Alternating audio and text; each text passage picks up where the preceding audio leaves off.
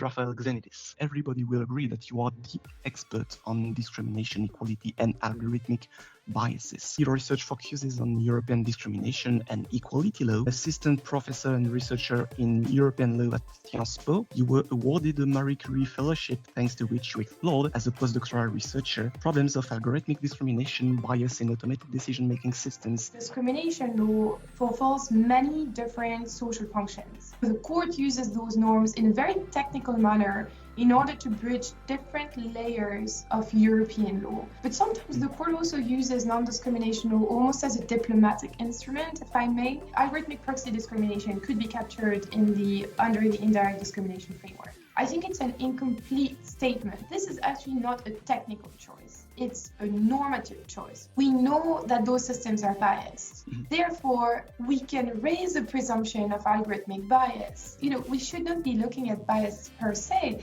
It's not bias itself that is problematic. It is the social harms that arise from bias. My advice or my caution would be to say discrimination is discrimination whether or not it stems from algorithmic systems or from other social arrangements. Welcome to the Just AI Jean Monnet podcast, where esteemed experts from across the globe address the most pressing issues on AI technologies, their regulation, and the resolution of disputes involving them. As artificial intelligence takes on an ever greater role in decision-making, whether fully automated or not, more and more voices are being raised to highlight just how discriminatory these systems can be. Foremost among these is Raphaële Xenidis, a former doctoral student at the UI and Marie Curie Fellow. She is now an assistant professor at Sciences Po Paris. As a true expert in discrimination law, Raphaële now uses the analytical framework developed in the course of her research to make a precise diagnosis of the risks associated with algorithmic biases. So sit back and relax, as Raphaële explains why AI systems are inherently biased and why debiasing them isn't as easy as it might first seem. Raphaële Xenidis, welcome to the Just AI podcast. You are the third expert we have invited to this podcast, and if I may say so, you certainly deserve to be called an expert.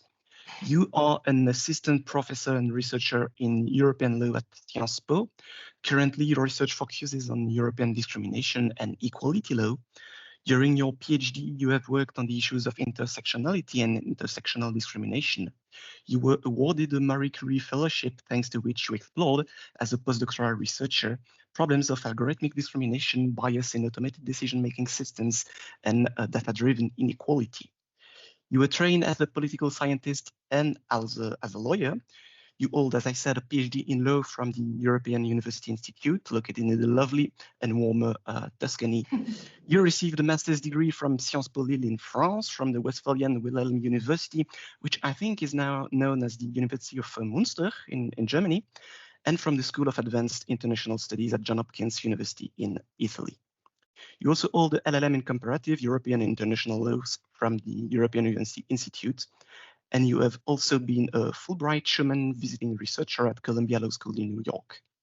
Before joining Sciences Po, you were permanent lecturers in EU law at the School of Law of the University of Edinburgh, a postdoctoral researcher at Utrecht Law School, and a member of the coordination team at the European Networks of Legal Experts in Gender Equality and Non-discrimination Law.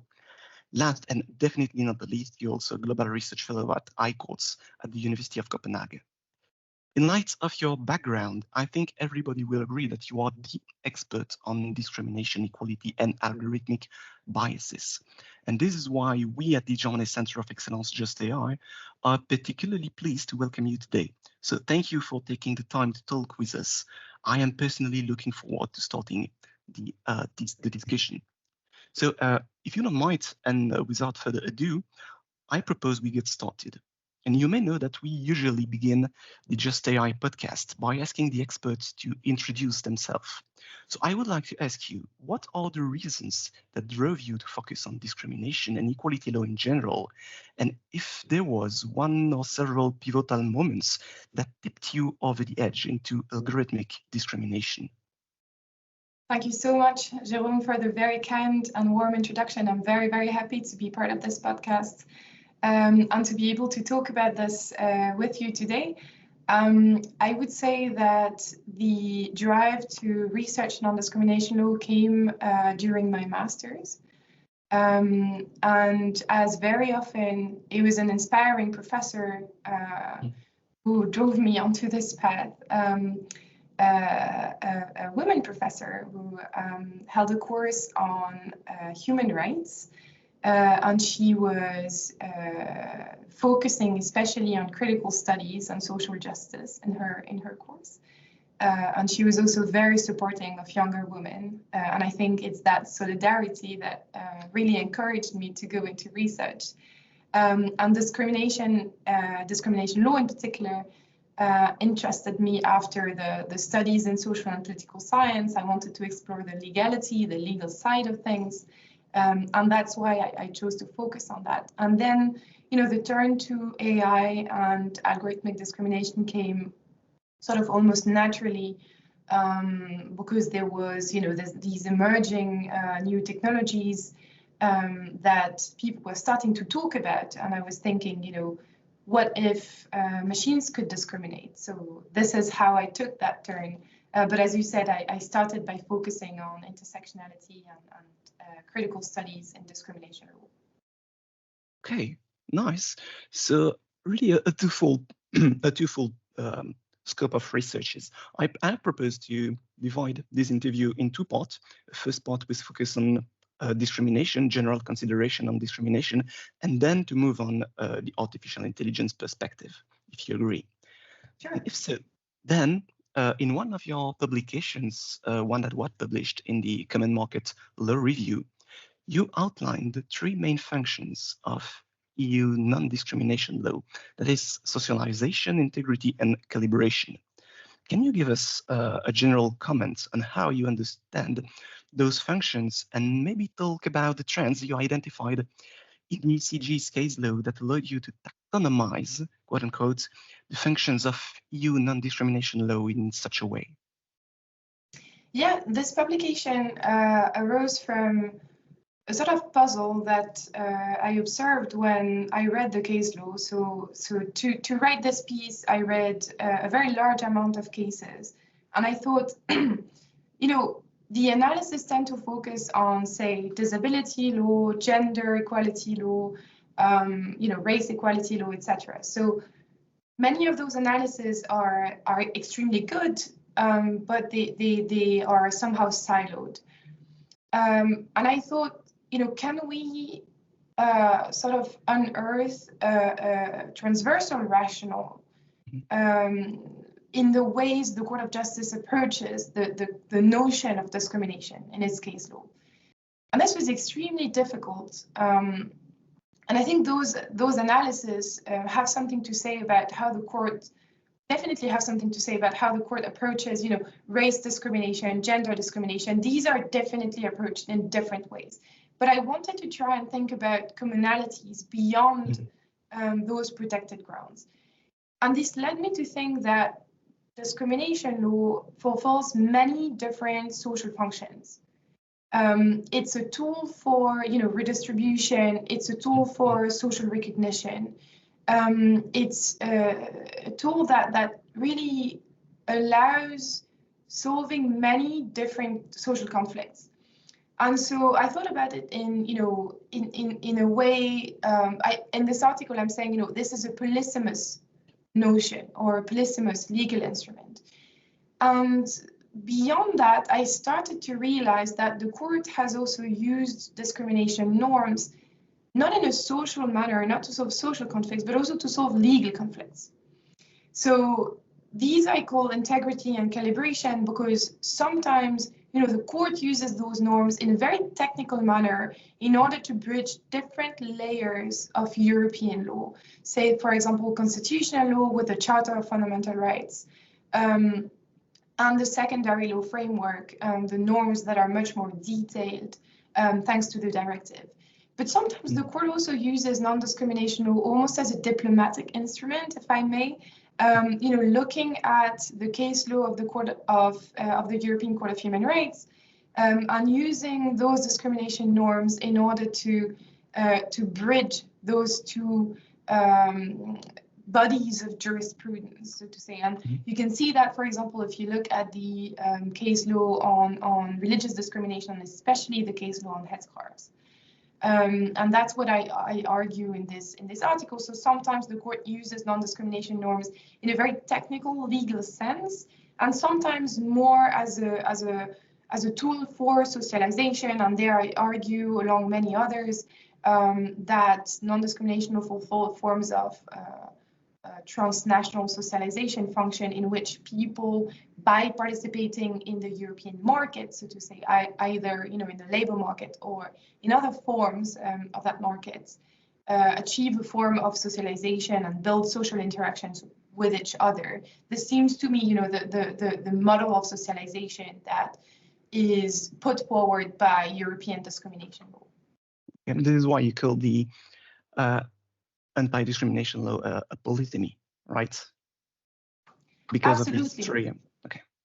Yeah, absolutely. Okay. This term polysemous covers these different functions, which I tried to taxonomize and make sense of in this piece. Okay. When I was reading your paper, one of the points that strikes my deepest interest was your work on the comparison test. Because based on a series of the ECG cases, you observe that the construction of this test is sometimes problematic. But why do you think that is? I mean, is it because it can sometimes be difficult to identify the most relevant comparator for proving discrimination? Or what type of evolution did you observe in the court's choice of the relevant comparators? I mean, whether they are, in your words, narrow or broad in assessing an equal treatment. Yeah, it seems to me that the comparator test crystallizes a lot of the critiques that revolve around discrimination law.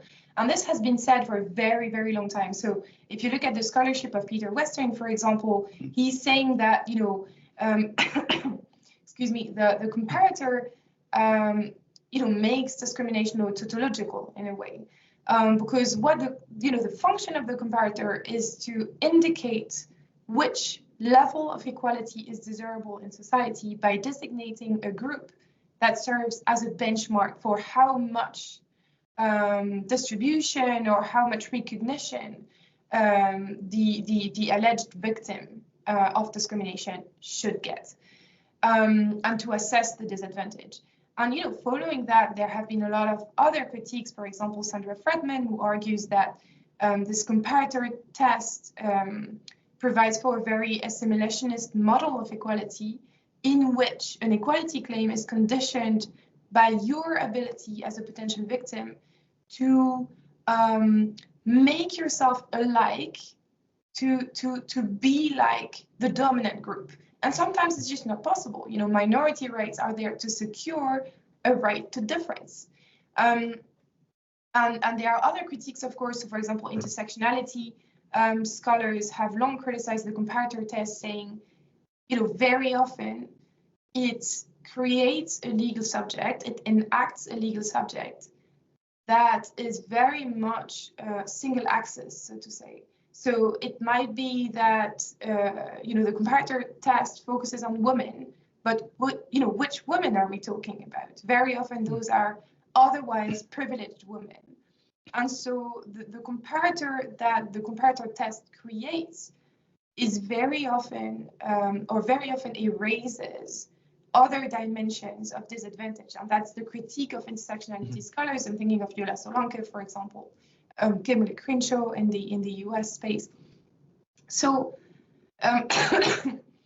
here, the way this critique can be applied to discrimination law is particularly salient in the recent series of headscarf cases. So, the court basically in Ashbita, since Ashbita, has been saying that a neutrality rule that treats every employee the same by prohibiting every sign of religious manifestation cannot constitute direct discrimination and has to constitute indirect discrimination because it treats everyone alike. So in a way, it's neutral in the way it's framed. That, relies implicitly on a comparator test that, compares religious people with non-religious people. And it's saying, everyone is treated the same. Now, what critiques of that line of jurisprudence say, for example, Elke Klotz or others, or very recently, former Advocate General Sharpston, Erica Howard has been saying that as well. The comparator should be drawn differently. We should focus on, people whose religion mandates the wearing of a religious sign versus people whose, religion or absence of religion doesn't mandate the wearing of religious signs. That's the defining characteristic to unearth the specific disadvantage that those people are experiencing. So what I'm trying to tell you with this is that very often the Court of Justice has drawn the comparator test according to in-groups and out-groups, who shares the characteristic and who doesn't. Sometimes it has departed from that, for example, in the VL case, where it says, there are different forms of disabilities, and, we can look at in-groups to draw the comparator test. But sometimes it has refused to do that, and I'm thinking about the Ashpita line of jurisprudence. And this has been criticized for a very long time. And the result of drawing the comparator test, why it is so important, is that it can very much erase the specific forms of disadvantage and discrimination that people are experiencing. And in my opinion, this is what happens in Ashpita, and this is also what happens later on, for example, in SCRL, where there was a very deep discussion between the Advocate General and the court on this specific point. Okay, that's super interesting. I mean, I think what you touch here is the essence of discrimination, the provability of a discrimination. And speaking of which, another point in the paper that was very interesting, and I think you mentioned it earlier, was the idea that there is a connection between EU secondary legislation and the constitutional law and the EU Charter of Fundamental Rights, especially.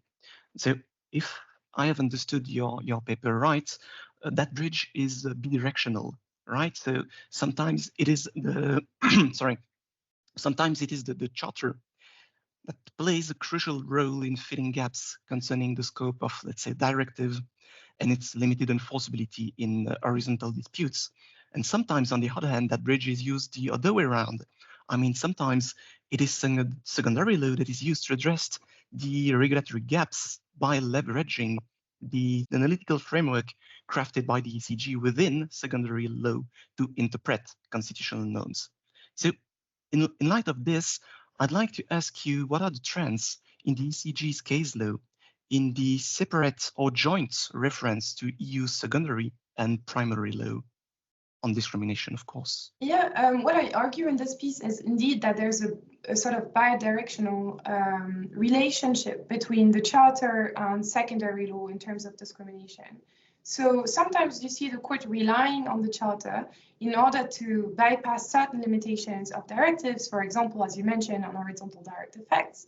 But sometimes you see the contrary. So, for example, I think it was Milkova, the court uses a provision of secondary law in order to make the Charter applicable and apply the framework of the Charter, even though the directive itself, in terms of material scope, doesn't apply, or personal scope. So, so sometimes the secondary discrimination norms are used as a bridge to make the Charter and Article 21 applicable. Now, what's interesting is that the Article 21 of the Charter doesn't speak about direct or indirect discrimination, which are extremely important notions of discrimination in EU law. But nonetheless, sometimes the court doesn't really question that and applies the very detailed framework of secondary law while relying on Article 21 of the Charter. So this is a bit what has puzzled me in this article. What is the detailed doctrinal framework that the court uses to articulate the relationship between discrimination law, secondary norms, and primary law in the form of the Charter or the general principles of non-discrimination. Discrimination is quite complex, to say the least. And I think a topic you've been particularly interested in was intersectional discrimination. And by intersectional discrimination, I mean, and again, correct me if I am wrong, the type of discrimination that happens when multiple grounds for discrimination exist and operate, so to speak, simultaneously and interact to produce a specific form of discrimination. Can you comment a bit more on that? Could you perhaps give us an example and explain how the ECG approaches intersectional discrimination in particular?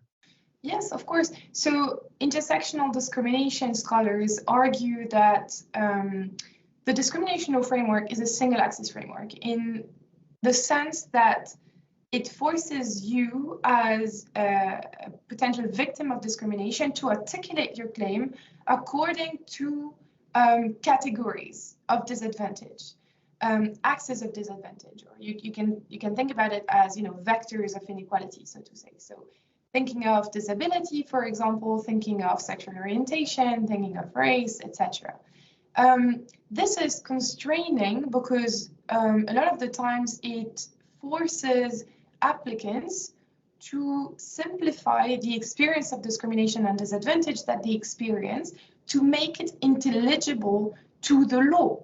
So the law has a disciplining effect on the claim of applicants and on lived experiences of discrimination.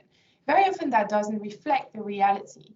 And so a very simple example, maybe intuitive example, is the forms of stereotyping that different groups of women experience. So Black women, for example, are subject to certain types of stereotypes, older women, certain other types of stereotypes, etc., that cannot be understood as a form of discrimination. We know that stereotyping, harmful stereotyping, can amount to discrimination. And those cannot be understood by dissecting those stereotypes and framing them as, only gender discrimination or only race discrimination. And very often the culprit is the comparator test, because if you do that, that means that you'll be compared to other women. And that might very often erase, the type of claim that you have in the eyes of the court, especially. And so the Court of Justice has been. It's interesting to look at the case law. Sometimes it's been receptive to intersectional discrimination, but in ways where intersectional discrimination was not argued explicitly. So I'm thinking of a case, I think it was the Odar case or the EB case, where the Court of Justice was sensitive to forms of disadvantage. I think, for example, in Odar, it was about sexual orientation, disability and age, where the court was sensitive to the type of disadvantage that can arise when, a worker living with disabilities leaves the labor market and might be in precarious conditions because of his age and disability. In EB, I think it was gender and sexual orientation, and that the court was sensitive to the forms of discrimination experienced by gay men that were different from the forms of discrimination experienced by gay women. And so there, implicitly, the court resorted to a form of intersectional understanding of discrimination. But in other cases, like the Paris case, which was about sexual orientation and age, or the headscarf cases, which combine vectors of inequality that are based on gender, religion, and race, the court has refused to look at those arguments. So the last case, Commune Danse, the court is saying, we don't have enough elements, and the claim is not articulated based on the right legal basis, which is the Gender Equality Directive, and therefore we cannot look at a claim of intersectional discrimination. And in Paris, it said we cannot look at combined discrimination if a claimant cannot prove age discrimination and sexual orientation separately, which I think defeats the crux of the argument of intersectionality, which is to say, certain forms of discrimination and disadvantage arise because of the co-constitution or the intersection of different vectors of inequality. And I think, this is a step that the court could take to improve and go further in its fight against discrimination from a legal perspective. Again, this is super interesting. I think I just could listen to you talking about discrimination all day, but podcast length is limited. So I propose now we move to the second part of the podcast. And this is where artificial intelligence, AI, entered the game. So we know that AI can be biased. Numerous studies have demonstrating this. We know white male usually receive the better job offers when sent by AI. We know that Black people are at risk of higher risk score in criminal law proceedings. The Loomis case was the perfect example of that. And we know that non-Dutch residents were discriminated in childcare allocation in the Netherlands with dramatic social and economic consequences. So in short, this is why AI results can be discriminating. And I think this is where your work on discrimination in general truly entered the game. So against the backdrop of your work in non-discrimination and your development of an analytical framework, what are the major challenges you see with regard to discriminatory algorithmic decisions? So in terms of the major challenges, I always think that it's interesting that, some people are surprised that technologies are biased and discriminate. But those technologies are built into society. These are socio-technical systems that, are framed according to our schemes of thought, ideologies, epistemologies. They are very much embedded into our social world. They are, artifacts that are tightly linked with the social fabric in which they exist. So they cannot but be discriminatory in a society where, the status quo is pretty much discriminatory. It's very much discriminatory. So it's not very much a surprise to me that those techniques and technologies are biased. Now, the major challenges might be, how do we adequately transpose maybe the non-discrimination framework and other frameworks that we have? I'm thinking about consumer law. We can think about other fundamental rights legislation to the forms of discrimination and other harms that are created by those technologies. These challenges might be conceptual, so how do we adapt, for example, the notion of discrimination? These changes might be more procedural. Do we have, I know that Lucio, for example, has done work on this. How do we adapt, for example, regimes of liability in order to capture those forms of harms and responsibilities? The idea of AI being biased or non-biased, depending on the perspective, is really enshrined in a kind of techno-solutionism that is a bit naive. If an AI is a machine, and if we know that the AI is biased, then we should quote unquote, simply design that machine as unbiased, right? But I think this kind of a sentence is really naive because of what is known as the algorithmic proxy discrimination, when the discrimination occurs not on a specific and easily identifiable criterion like color, race, gender, or whatever, but on something that relates to that specific criterion. So I would like to ask you, in your opinion, what are the legal challenges that stem from algorithmic proxy discrimination, and whether the existing case law already provide tools to effectively address the case of such discrimination? Yeah, so for a very long time, people were saying that algorithmic proxy discrimination could be captured under the indirect discrimination framework. And this is something I don't necessarily disagree with, but I think it's an incomplete statement in a way, just because, the indirect discrimination framework we know is looser than the direct discrimination framework. So from a procedural perspective, it might be problematic because it leaves a lot of room for defendants, so, users of discriminatory algorithmic systems, to justify discrimination. Another question that's correlated with that is, how will the court apply the proportionality test to optimization choices and sort of trade-offs between, say, fairness and accuracy that users of algorithmic systems have chosen to operate. So in a report that I drafted with Jan Kererats, we argued that indirect discrimination was a likely route that courts would take. But normatively speaking, we were saying that this is not necessarily the right route, and that the direct discrimination framework might make more sense. What we were also saying in this report was that the case law of the Court of Justice does provide tools to look at algorithmic proxy discrimination as a form of direct discrimination. And I'm thinking about cases like the DECA case, where the court said, pregnancy discrimination is a form of direct sex discrimination. Other cases have also said the same thing. I'm thinking about Morocco and marital status, for example, as a form of direct discrimination. So the court has said that for quite a long time, since the 90s in the case of the DECA case.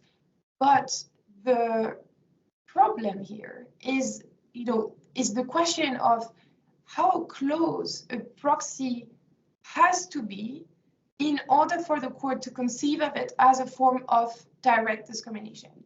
So in Niske Finance, for example, the court said, place of birth is not necessarily inherently linked with ethnicity, and therefore we cannot look at discrimination based on the place of birth as a form of direct ethnicity-based discrimination. So there's a bit of this uncertainty or tension in the court's case law as to what proxies can be regarded as giving rise to direct discrimination. And one thing that I have argued on this basis is that this is actually not a technical choice. It's a normative choice, whether we conceive of algorithmic proxy discrimination as a form of direct or indirect discrimination. And I think, this finds an echo in recent studies. I'm thinking about Ruben Binz and Jeremy Adams-Pressel's work on algorithmic direct discrimination. But for me, this really hinges on this normative choice of legal qualification, right? And my argument would be to say, we know that those systems are biased. Therefore, we can raise a presumption of algorithmic bias and force users of algorithmic systems to take preventive steps, in a way, a form of do no harm obligation, a form of, sort of positive obligation to avoid discrimination, to prevent discrimination. And this, we argue in a very recent paper with colleagues, among which Hilde Weerts from the University of Eindhoven,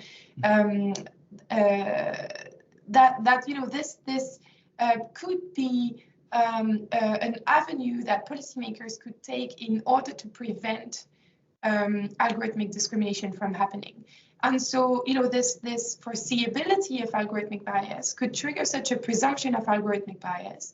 And if the user of an algorithmic system hasn't taken the necessary steps to prevent discrimination, then, we could conceive of that as a form of algorithmic direct discrimination. And so the argument that supports that, I'm currently writing an article on this. And it could find a legal basis in the notion of instruction to discriminate in EU law. That's what I'm arguing in this piece. And this is a normative decision. This is where we use the legal framework in order to protect a certain normative equilibrium that we find desirable in society, and we use the legal norms that we have at our disposal to do so.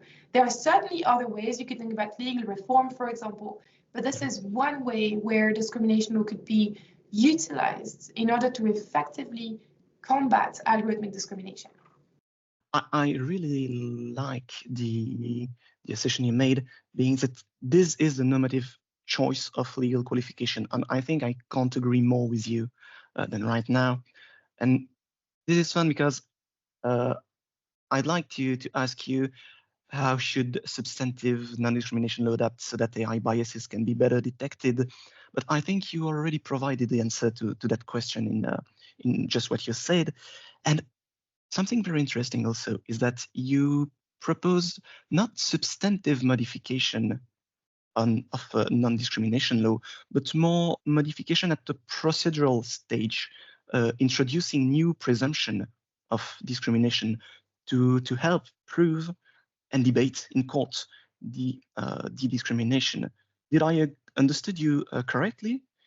Did you think that the modification of the current legal regime could occur through the procedural perspective and not from the substantive law perspective? Yeah, this is one of the things that I've been arguing in this piece.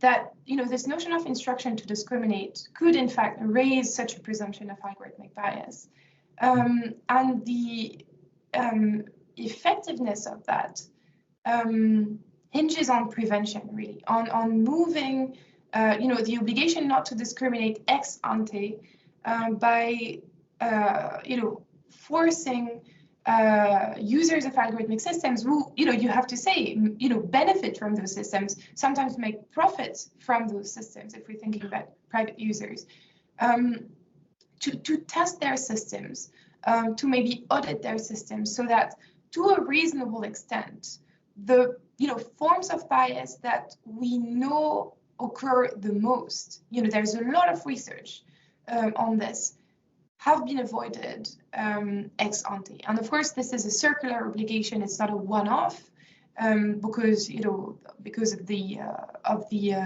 adaptive nature of those systems. But I think my work has more and more moved towards arguing that prevention and positive action are necessary conditions for adapting discrimination law to algorithmic forms of discrimination and data-driven inequalities. I can't help but compare the solution you propose and the recently adopted AI Act. What do you think about the AI Act, the EU regulation of artificial intelligence?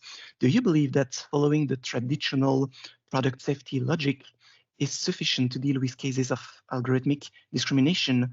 I mean, do you think that it will be possible one day to standardize the protection of fundamental rights, to standardize fairness or non-discrimination, for instance, to name what is at the heart of the Germany Center Just AI? This is a very interesting question. So I've just published a piece called Beyond Bias, where I look at the rationale behind the AI Act, and other discourses about discrimination law in the realm of algorithmic systems. And one formula which I find particularly interesting is this human-centric AI.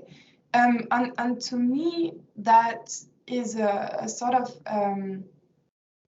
code to adapt, existing legal arrangements like product safety, for example, to socio-technical systems. And one thing that I argue there, and this was especially true in previous versions of the Act, was that there's an enormous focus on the technical elements of those systems. For example, bias has crystallized many legal interventions and regulatory interventions. Whereas, we should not be looking at bias per se. In a way, from the point of view of discrimination and fundamental rights, it's not bias itself that is problematic. It is the harms, the social harms that arise from bias. whether those harms can be qualified as legal forms of discrimination or otherwise morally problematic forms of distinctions. And here I just want to say a word about the personal scope of non-discrimination law. There's been a lot of discussions at the moment saying, systematic distinctions and differentiations that might be morally unfair and ethically unfair arise, for example, between different socioeconomic categories of population, or it could be something else. It could be socially less salient or less tangible groups. You can think about people who are profiled into algorithmic clusters because of their surfing patterns or clicking patterns or connection times, etc. So the question here is, we have those legally protected groups. We have other forms of systemic unfair differentiation that are not covered by discrimination law. Should those also be covered? And there's a bit of a double question here. The first one is, on the one hand, it might be problematic to leave those groups without any form of legal protection. The other question is it the mandate of non-discrimination law to cover those people or not? Because discrimination law is made to protect against historical forms of, you could say, along with Yola Solanke, for example, stigma, or historical forms of disadvantage and inequalities that have a special social significance. I'm not saying that socioeconomic discrimination is not such one form. What I'm saying is that this is a normative, a political choice that we need to think hard about when we think about adapting non-discrimination law to algorithmic discrimination. And I think the AI Act does not do that. It was not necessarily its function to do that. But it strikes me as odd to put in the same sentence product safety and fundamental rights. And it's essentially what the AI Act does. The standardization of ethical principles also seems not necessarily intuitive for me. And we've had a lot of discussions with colleagues about whether standardization can ensure, for example, equality and non-discrimination. There's an issue in relation to transparency, of course, because of the ways these standards are produced, right? Even though civil society organizations have in principle access to those fora, we know that the material conditions of participation tend to exclude them, and therefore there's a bit of a risk of regulatory capture in the standardization process.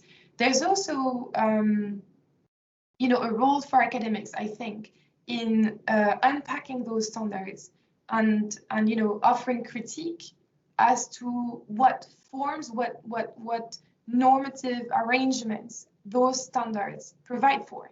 There are technical measures like indicators are, but it's necessary to interrogate their normative content and their normative implications. I completely agree with you. And we know that the true regulator of artificial intelligence within the EU, given the product safety scheme of the AI Act, is neither the Parliament nor the Council, but standardization organizations. And this raises, as you said, a risk of regulatory capture. This is why it is strange to have chosen a product safety regulation to protect fundamental rights, because I'm not sure standardization organizations that have technical expertise are the best to understand how to protect fundamental rights. So, and perhaps this brings me to the last question on artificial intelligence and anti-discrimination law. Given the limitation of the AI Act, what would have been your solution if you were a benevolent law or policymaker? How would you have regulated artificial intelligence within the EU? This is the golden question, I guess, and a very difficult one. But what I can say is that there is sometimes a tendency in regulation to think along very techno-solutionist lines. And I would caution regulators against that. What, especially when we're talking about fundamental rights, what we need to target as regulatory risks are not, the technique or technical aspects themselves. It's not necessarily the technology that we regulate, but rather the fundamental rights harms that arise from that technology. And therefore, discrimination law has this advantage of being technology neutral. So it applies across, so to say, the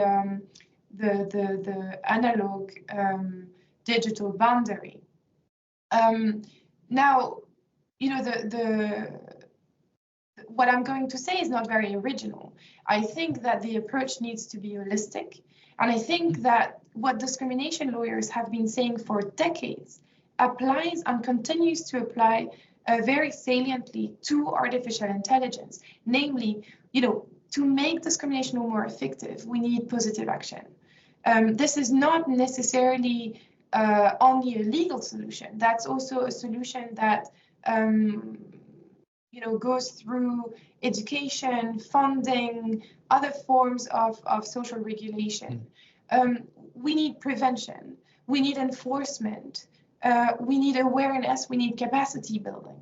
So those things should not rely on the law only, and definitely not only on the law that regulates the techniques itself, as opposed to the fundamental right harms that arise.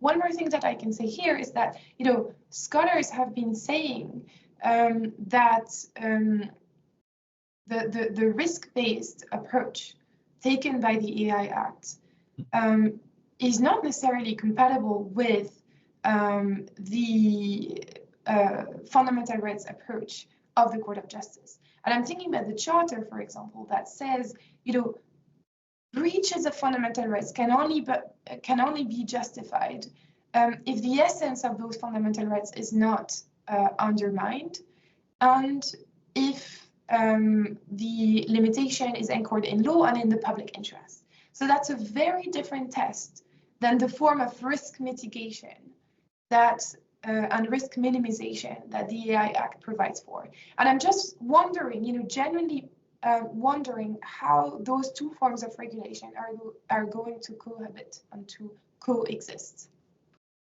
I mean, wait and see. We'll see.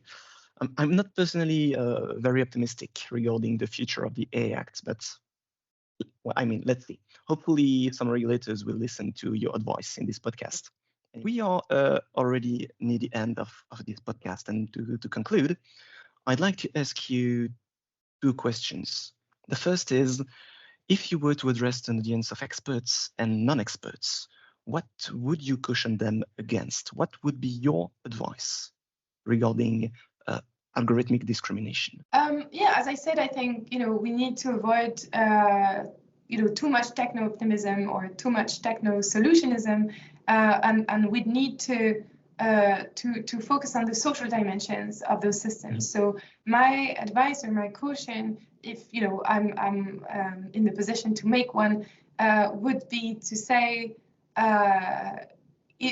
discrimination is discrimination, whether or not it stems from algorithmic systems or from other social arrangements.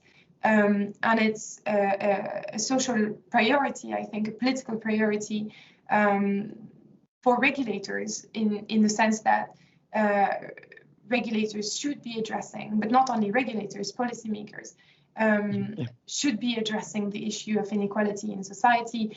The danger is, of course, that these inequalities might be reconfigured and become less visible because of those systems, but they are there nonetheless, and we need to learn how to decode them and to address them effectively. That's brilliant, as always. So the second and last question, I promise.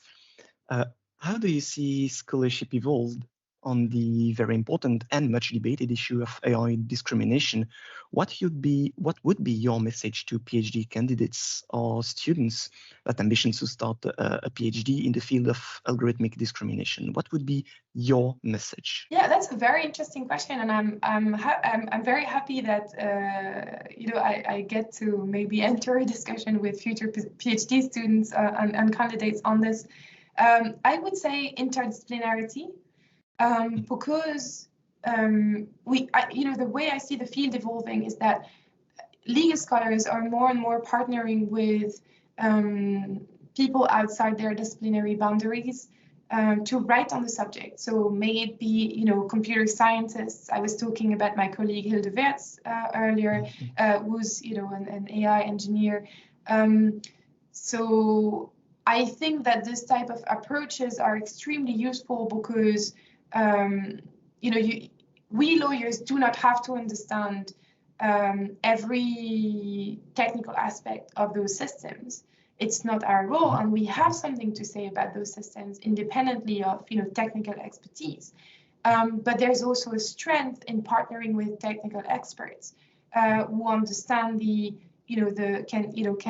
can provide understanding of how those techniques work. That also applies to other fields, and I'm thinking about anthropology, I'm thinking about sociology. Those disciplines have extremely valuable things to say about the law and how the law should regulate those forms of AI-driven discrimination. I'm thinking about SDS, for example, but candidates for a PhD could be thinking about combining critical studies and legal analysis of AI discrimination. I think that'd be extremely valuable, and that there is work in the field. But I think from a legal perspective, that would be an extremely interesting avenue to pursue. Okay. So, Raphaële, many thanks for this very insightful conversation. Thank you so much. Thank you again for having accepted to be our guest during this podcast. I truly hope we will have the opportunity to meet again, and that you will continue to accept to share your insights with us at the German Center of Excellence, Just AI. So again, thank you very much. Thanks very much, Jérôme. Thank you for watching an episode of the Just AI JMCE podcast, brought to you by the team of the Just AI JMCE Center of Excellence and supported by the European Commission through the Erasmus Plus program. Keep an eye out for upcoming podcast episodes where experts in the field of AI will delve into the significant risks posed by these technologies and propose potential solutions. Stay tuned for many exciting and insightful discussions to come.